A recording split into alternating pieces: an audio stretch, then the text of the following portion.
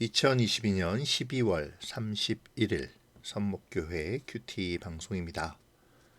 기도로 시작합니다. 좋으신 하나님, 2022년의 마지막 날 하나님 앞으로 나와 말씀을 묵상하게 하시니 감사합니다. 한 해 동안 말씀을 묵상하게 하셨사오니 말씀 안에 거하는 삶의 풍성함을 기억하며 감사하는 우리가 되게 하여 주시옵소서. 오늘도 말씀 앞에 섰습니다. 말씀이 주시는 소망과 위로, 회복의 역사가 우리의 마음에 이루어지게 하시고 하나님의 사람으로서의 새로운 해를 소망하는 귀한 시간이 되게 하여 주시옵소서. 감사를 드리며 예수님의 이름으로 기도합니다. 아멘. 오늘 묵상할 말씀은 스바냐 3장 9절에서 20절입니다. 그때에 내가 여러 백성의 입술을 깨끗하게 하여 그들이 다 여호와의 이름을 부르며 한 가지로 나를 섬기게 하리니 내게 구하는 백성들 곧 내가 흩은 자의 딸이 구스강 건너편에서부터 예물을 가지고 와서 내게 바칠지라. 그날에 내가 내게 범죄한 모든 행위로 말미암아 수치를 당하지 아니할 것은 그때에 내가 내 가운데서 교만하여 자랑하는 자들을 제거하여 내가 나의 성산에서 다시는 교만하지 않게 할 것임이라. 내가 곤고하고 가난한 백성을 내 가운데에 남겨두리니 그들이 여호와의 이름을 의탁하여 보호를 받을지라. 이스라엘의 남은 자는 악을 행하지 아니하며 입에 거짓된 혀가 없으며 먹고 누울지라도 그들을 두렵게 할 자가 없으리라. 시온에 따라 노래할지어다. 이스라엘아 기쁘게 부를지어다. 예루살렘 따라 전심으로 기뻐하며 즐거워할지어다. 여호와가 내 형벌을 제거하였고 내 원수를 쫓아냈으며 이스라엘 왕 여호와가 내 가운데 계시니 내가 다시는 화를 당할까 두려워하지 아니할 것이라. 그날에 사람이 예루살렘에 이르기를 두려워하지 말라. 시온아 내 손을 늘어뜨리지 말라. 너의 하나님 여호와가 너의 가운데 계시니 그는 구원을 베푸실 전능자이시라. 그가 너로 말미암아 기쁨을 이기지 못하시며 너를 잠잠히 사랑하시며 너로 말미암아 즐거이 부르며 기뻐하시리라 하리라. 내가 절기로 말미암아 근심하는 자들을 모으리니 그들은 내게 속한 자라. 그들에게 지워진 짐이 치욕이 되었느니라. 그때에 내가 너를 괴롭게 하는 자를 다 벌하고 저는 자를 구원하며 쫓겨난 자를 모으며 온 세상에서 수욕받는 자에게 칭찬과 명성을 얻게 하리라. 내가 그때에 너희를 이끌고 그때에 너희를 모을지라. 내가 너희 목전에서 너희의 사로잡힘을 돌이킬 때에 너희에게 천하 만민 가운데서 명성과 칭찬을 얻게 하리라. 여호와의 말이니라. 아멘.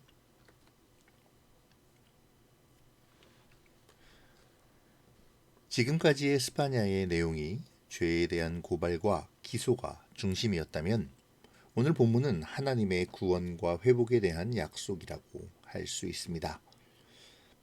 이것은 거의 모든 선지서에서 공통적으로 나타나는 구성이기도 하죠.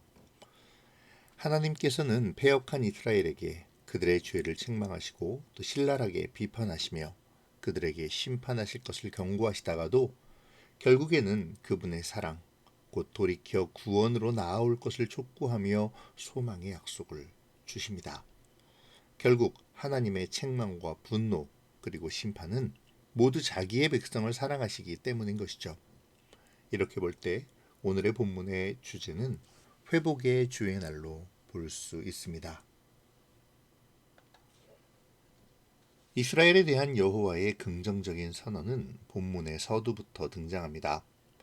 스바냐는 회복의 출발점으로 입술의 변화를 강조하죠. 종말에 이루어질 회복의 시대에 여호와께서 열방 백성들의 입술을 깨끗하게 하실 것입니다. 이 입술의 깨끗게 됨은 지금껏 그들이 저질러 온 우상 숭배와 하나님을 조롱한 것을 의미하죠. 하나님께서는 심판의 날을 통해 그들로 하여금 자신들의 무지와 잘못을 깨닫게 하시고 하나님께로 돌이켜 하나님을 온전하게 섬기게 하실 것입니다. 또한 이 입술의 변화는 한 언어로 하나님을 대적했던 바벨탑 사건을 연상시키기도 하는데요. 스바냐는 이를 통해 한 입술로 하나님을 대적하는 바람에 흩어졌던 열방의 백성들이 다시 한 입술로 회복될 것임을 강조하고 있습니다. 결국 모든 열방이 한 입술로 하나님을 찬양하며 하나의 가지가 되어 하나님을 섬기게 될 것이라는 것이죠. 여기서 한 가지로 번역된 히브리어는 쇠켐 에하드라는 것인데요. 이 쇠켐 에하드는 하나의 어깨라는 뜻입니다. 그러니까 여러 사람이 모여 어깨 동무를 하는 모습을 묘사하는 것이죠. 다시 말하면 모든 열방이 모두 어깨 동무를 하듯 연합하여 다시 하나님을 섬기는 하나의 공동체로 회복될 것이라는 것입니다.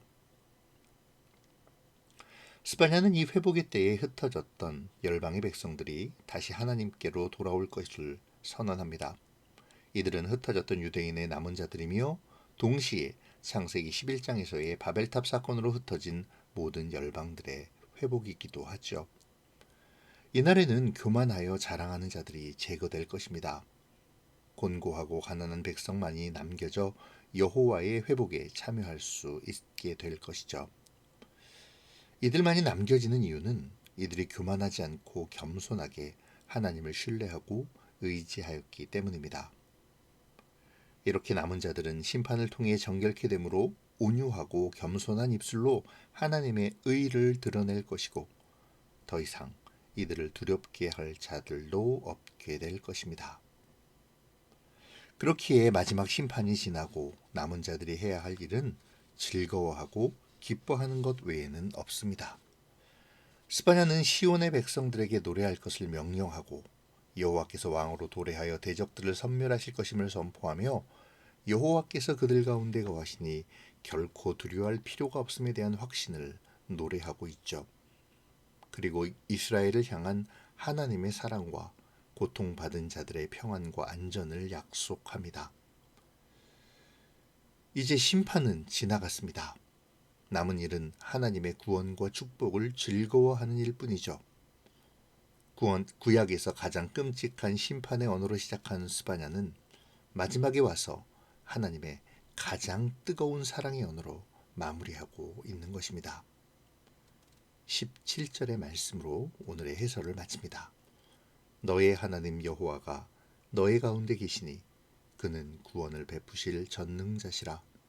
그가 너로 인하여 기쁨을 이기지 못하시며 너를 잠잠히 사랑하시며 너로 인하여 즐거이 부르며 기뻐하시리라. 아멘.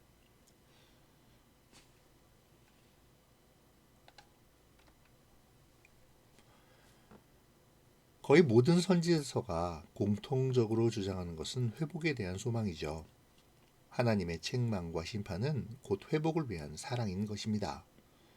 오늘 본문 역시 그러하죠. 지금까지의 강한 책망과 심판에 대한 경고와는 달리 스바냐는 오늘 본문을 통해 회복의 소망을 노래하며 하나님을 찬양합니다. 스바냐 선지자의 시대는 더 이상 하나님을 예배하지 않는 시대였죠. 그들은 한 열방의 신들을 숭배했으며 심지어 그 신들을 위해 자신들의 자녀를 제물로 바치기까지 하였습니다. 하나님이 가장 가증스럽게 여기시는 인신 제사까지 서슴지 않았다는 것이죠. 도덕적으로는 제물을 위해 저울을 속이고 가난한 자들과 과부들을 멸시하고 약한 자들을 착취하는 등 매우 심각한 도덕적 해이를 보여주고도 있었습니다. 하나님께서는 이러한 시대에 스바냐 선지자를 통해 개혁의 말씀을 주신 것이죠. 스바냐 선지자는 므낫세 왕으로부터 시작하여 요시야 왕 때까지 활동한 선지자였습니다. 므낫세 왕은 유다의 대표적인 악한 왕으로 소개되죠. 그는 종교 혼합 정책으로 이스라엘의 혼란을 가중시킨 왕이었습니다. 이런 종교 혼합주의에 대하여 하나님은 스바냐를 통해 책망하시며 다음 요시야의 개혁운동을 일으키게 하셨죠. 스바냐는 이런 신앙의 암울한 시기에 활동한 선지자입니다. 그를 통해 하나님은 심판의 메시지를 전하게 하셨고 그 심판의 메시지는 당연히 어둡고 두려우며 형벌과 분노의 메시지로 가득 찰 수밖에 없었습니다. 하지만 하나님은 분노를 쏟아내시는 분만은 아니시죠. 만약 그러하셨다면 아담과 하와의 범죄 때 바로 인류를 멸망시키셨을 것입니다. 원시복음이라 불리는 인류 최초의 메시아 약속을 주시지도 않으셨겠죠. 노아 때도 모세 때도 그냥 그렇게 모든 것을 없애버리셨을 것입니다.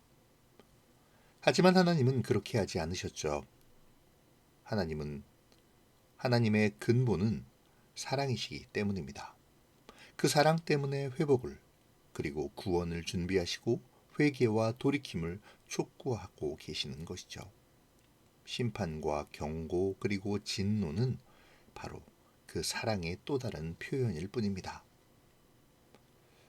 어쩌면 우리가 살아가는 이 시대 역시 스파냐의 시대만큼이나 암울하고 미래가 보이지 않는 시대인지도 모릅니다. 아니 어쩌면 스파냐 시대보다도 더 암울하고 패역한 세대인지도 모르죠. 그래서 세상은 더욱 기쁨과 즐거움을 노래하고 찾고 추구하는지도 모르겠습니다.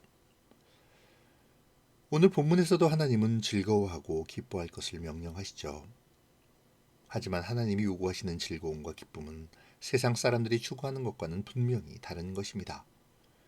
하나님이 요구하시는 즐거움과 기쁨은 오직 하나님 안에 거하는 것입니다. 하나님의 이름을 부르며 하나님을 섬길 때에 얻는 평안과 기쁨이죠. 교만하지 않고 오직 하나님만을 바라보며 하나님이 주시는 은혜를 소망하는 가운데 얻는 담대함입니다.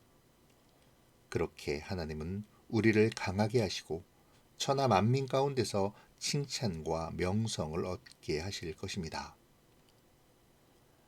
암울하고 미래가 보이지 않는 패역한 이 시대에 우리는 어떻게 살아야 할까요?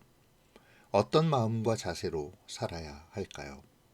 특별히 신앙인으로서, 하나님의 백성으로서 어떻게 남은 자가 되고 어떻게 구원의 소망을 가질 수 있을까요?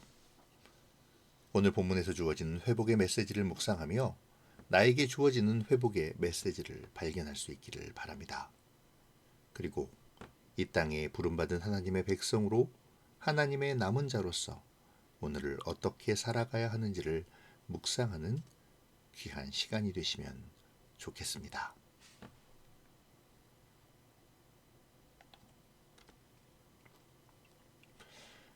이 시간 묵상을 위한 질문을 통해서 또 여러분들의 개인적인 묵상을 이어가시면 좋겠습니다. 기도로 마치겠습니다. 좋으신 하나님 감사합니다. 2022년의 마지막 날 주의 말씀을 묵상하며 주님이 주실 회복을 소망하게 하시니 감사합니다. 하나님 아버지, 지난 한 해를 돌아보니 부끄러움 뿐임을 고백합니다. 하나님의 영광을 위해 살기보다 나의 욕심을 위해 살았고 하나님을 기쁘시게 해드리기보다 나의 기쁨을 충족시키기 위해 온 힘을 다하였습니다. 이 모든 것이 헛되고 헛된 일인지도 모르고 여전히 나의 욕망을 위해 사는 우리의 모습을 불쌍히 여겨주시고 새로운 해에는 보다 더 하나님을 신뢰하고 의지하는 우리가 되게 하여 주시옵소서. 하나님이 주시는 새로운 소망을 품게 하시고 그 소망으로 말미암아 평안과 기쁨을 소유하며 합당한 삶으로 주님께는 영광이요 우리에게는 하나님으로 말미암은 명성과 칭찬이 있는 그러한 새로운 해가 되도록 인도하여 주시옵소서. 오늘도 주님과 동행하기를 바라오며 예수님의 이름으로 기도합니다. 아멘.